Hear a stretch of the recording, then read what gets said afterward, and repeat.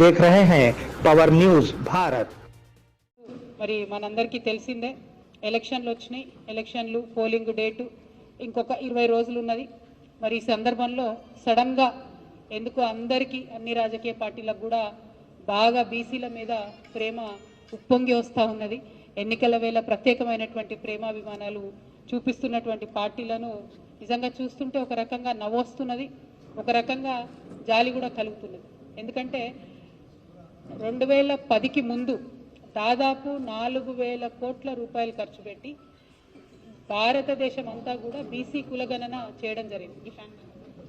BC కులగణన చేయడం జరిగింది, దేశవ్యాప్తంగా బీసీ కులగణన చేసినారు.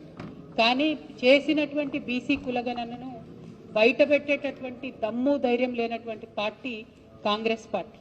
ఎందుకంటే ఆనాడు మహిళా బిల్లు 2010లో పాస్ అయినప్పుడు బీసీల కులగణన చేసినాం, కానీ మేము ఆ డీటెయిల్స్ బయటికి ఇవ్వలేము, ఆ ప్రాతిపదికన ఓబీసీ మహిళలకు రిజర్వేషన్ ఇవ్వలేమని చెప్పి ఓపెన్గా కేటగారికల్గా కాంగ్రెస్ పార్టీ స్పష్టం చేసినటువంటి విషయాన్ని ఈ సందర్భంగా ప్రజలందరి దృష్టికి కూడా తీసుకొస్తా ఉన్నాం. మరి ఆనాడు 4000 కోట్లు భారత ప్రజలు కట్టినటువంటి పన్నే, భారత ప్రజల సొమ్మే. ఆనాడు చేసినటువంటి కులగణన వివరాలు అధికారంలోకి వచ్చిన తర్వాత 10 సంవత్సరాల నుంచి కూడా భారతీయ జనతా పార్టీ ఎప్పుడు కూడా దాన్ని ముట్టుకోకపోవడం అన్నది ఏ కుట్ర అన్నది ఒకసారి మన బడుగు బలహీన వర్గాలకు సంబంధించిన ప్రజలందరూ కూడా ఆలోచన చేసుకోవాలి.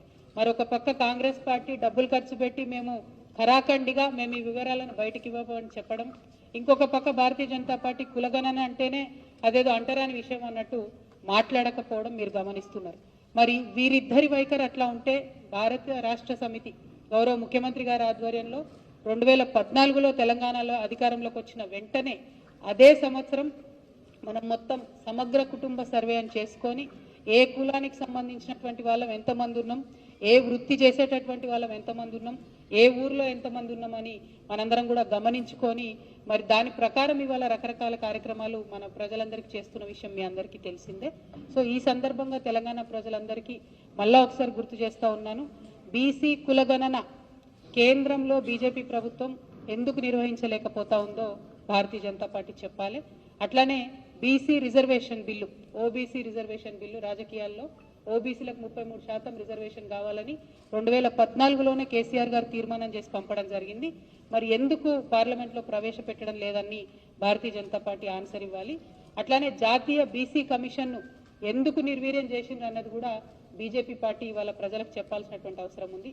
అట్లానే ఓబీసీలకు ప్రత్యేకంగా ఒక మంత్రిత్వ శాఖ ఇవ్వమని చెప్పి 2004లో గౌరవ ముఖ్యమంత్రి గారు ఆనాడు పెద్దలు ఆర్ కృష్ణయ్య గారిని, వకులవర్ణం కృష్ణమోహన్ గారిని వీరందరినీ తీసుకొని ఢిల్లీలో మన్మోహన్ సింగ్ గారిని కలిసి రిక్వెస్ట్ చేయడం జరిగింది. ప్రత్యేకంగా బీసీ వెల్ఫేర్ మినిస్ట్రీ ఉండాలి, బీసీలకు ప్రత్యేకంగా బడ్జెట్ ఉండాలి దేశంలో అని చెప్పి రిక్వెస్ట్ చేయడం జరిగింది. ఆనాటి నుండి ఈనాటికి 20 ఏళ్ళు అయిపోయినా కూడా కాంగ్రెస్ పార్టీ కానీ బీజేపీ పార్టీ కానీ మరి ఎందుకు మాట్లాడతలేదు ఈ విషయం అన్నటువంటి అంశాన్ని చెప్పాలి. అట్లానే బ్యాక్లాగ్ పోస్టులు ఉంటాయి బీసీలలో, అనేకమైన పోస్టులు, వాటి మీద ఎన్నడూ కూడా కేంద్ర ప్రభుత్వం మాట్లాడలేదు. మరి దాని మీద సమాధానం ఏందన్నది చెప్పాలి. అట్లానే దేశంలో కేంద్రీయ విశ్వవిద్యాలయాల్లో ప్రభుత్వ ఉన్నత విద్యా సంస్థ నియామకాల్లో బీసీలకు రిజర్వేషన్లు ఎందుకు మరి అమలు చేయడం లేదన్నది కూడా చెప్పాలి. అదేవిధంగా మన అన్నిటికన్నా ఎక్కువ కుల వృత్తులకు అనేకమైనటువంటి బడ్జెట్ని మనం ఇక్కడ పెట్టుకోవడం జరిగింది, కానీ ఎన్నడూ కూడా కేంద్ర ప్రభుత్వం నుంచి కుల వృత్తులకు కొంచెం కూడా చేయూత ఇవ్వకుండా ఎందుకు మరి బీసీల జీవితాలతో ఆడుకుంటున్నారు అన్నటువంటిది చెప్పాలి. మరి ఇవన్నీ జరుగుతుంటే కూడా చూసుకుంటూ చేష్టలుడిగి ఎందుకు కాంగ్రెస్ పార్టీ ప్రశ్నించకుండా ఒక పనికిరాని ప్రతిపక్షంగా మిగిలిపోయింది భారతదేశంలో అన్నది చెప్పాలి. అన్నిటికన్నా ఎక్కువ రాహుల్ గాంధీ గారు మాట్లాడుతూ ఉంటారు. ఇవాళ సుప్రీంకోర్టు జడ్జిలలో, హైకోర్టు జడ్జిలలో బీసీలు ఎంతమంది ఉన్నారు, ఎస్సీలు ఎంతమంది ఉన్నారని చాలా అమాయకంగా రాహుల్ గాంధీ గారు మాట్లాడతారు.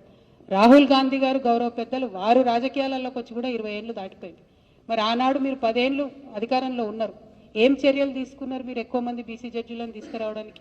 ఏం చర్యలు తీసుకున్నారు మీరు ఎక్కువ మంది ఎస్సీ జడ్జిలను తీసుకురావడానికి? హైకోర్టులలో అయినా సుప్రీంకోర్టులో అయినా మీరు ఎటువంటి చర్యలు చేపట్టకుండా ఇవాళ చాలా కన్వీనియంట్గా మొత్తం బీజేపీ మీదకి తోసేయడము, బీజేపీ చాలా కన్వీనియంట్గా కాంగ్రెస్ మీదకి తోసేయడము, అల్టిమేట్గా అన్యాయం మాత్రం బీసీలకు జరగడం అన్నది తెలంగాణ ప్రాంతంలో ఉన్నటువంటి బీసీ బిడ్డలందరూ కూడా గమనించాలని చెప్పి నేను కోరుతూ, మరి అందుకే నేను ఎప్పుడూ ఒకటే మాట చెప్తా ఉంటా, ఇది బీఆర్ఎస్ ప్రభుత్వం కాదు, బీసీల ప్రభుత్వం. ఇది కేసీఆర్ ప్రభుత్వం కాదు, బీసీల ప్రభుత్వం. ఖచ్చితంగా బీసీల అభ్యున్నతి కోసం కష్టపడి యావత్ దేశానికి మార్గదర్శనం చేసి చూపిస్తున్నటువంటి ఏకైక రాష్ట్రం తెలంగాణ రాష్ట్రం అని సవినయంగా మనవి చేసుకుంటూ, మా జిల్లాకు వచ్చినటువంటి గౌరవ పెద్దలందరికీ కూడా మరొకమారు స్వాగతం తెలియజేస్తూ, మా ఎమ్మెల్యే అభ్యర్థులుగా ఉన్నటువంటి గణేష్ అన్న గారిని, జీవన్ రెడ్డి గారిని, అదేవిధంగా ఇప్పుడు షకీల్ అన్న దగ్గరికి పోబోతా ఉన్నాం, బాజిరెడ్డి గోవర్ధన్ అన్న గారు ఉన్నారు, ప్రశాంత్ రెడ్డి అన్న గారు ఉన్నారు, వారందరినీ కూడా భారీ మెజారిటీతో గెలిపించాలని మరొకసారి నిజామాబాద్ జిల్లా ప్రజలందరినీ కూడా నేను కోరుతా ఉన్నాను. మరి ఇయాలనే అబీర్ అలీ గారు వారి అబ్బాయి చేత ఇక్కడ నామినేషన్ వేయించినట్టు తెలిసింది. నిజామాబాద్ పట్టణ ప్రజలు దయచేసి ఆలోచన చేయాలి, కామారెడ్డిలో చెల్లని రూపాయి నిజామాబాద్లో చెల్లుతుందా? మరి కామారెడ్డి నుండి పారిపోయి వచ్చినటువంటి వ్యక్తికి ఇక్కడ మనం ఆదరణ ఇద్దామా? దయచేసి ఒకసారి నిజామాబాద్ పట్టణ ప్రజలందరూ కూడా ఆలోచించుకో. इम्तियाज दवाखाना, घुंघरू बांधने वाले डॉक्टर का दुआ और दवा के जरिए इलाज। छोटे बच्चे डर जाएं, दांत निकलते वक्त तकलीफ का होना, नींद का ना आना, नजर का लग जाना, क्षय होना, ज्यादा रोना। इसके अलावा बड़ों के लिए गैसेस, भूख का न लगना, घुटनों में दर्द, बवासीर के अलावा मर्दाना कमजोरी के साथ साथ तमाम जनाना अमराज का गारंटी के साथ किया जाता है इलाज। रब्त कायम करें, औकात कार सुबह 11 बजे दिन से शाम 8 बजे तक। मिलने का पता नजद मदनी मस्जिद, पुराना बस स्टैंड, बोधन।